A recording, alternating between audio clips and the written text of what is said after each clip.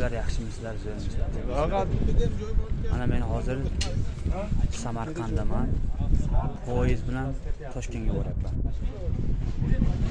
Soat 3:40. Ertalab. Nima aytmoqchiman?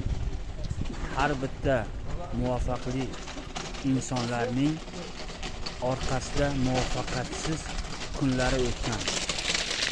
Biz muvaffaqiyatsiz kunlarni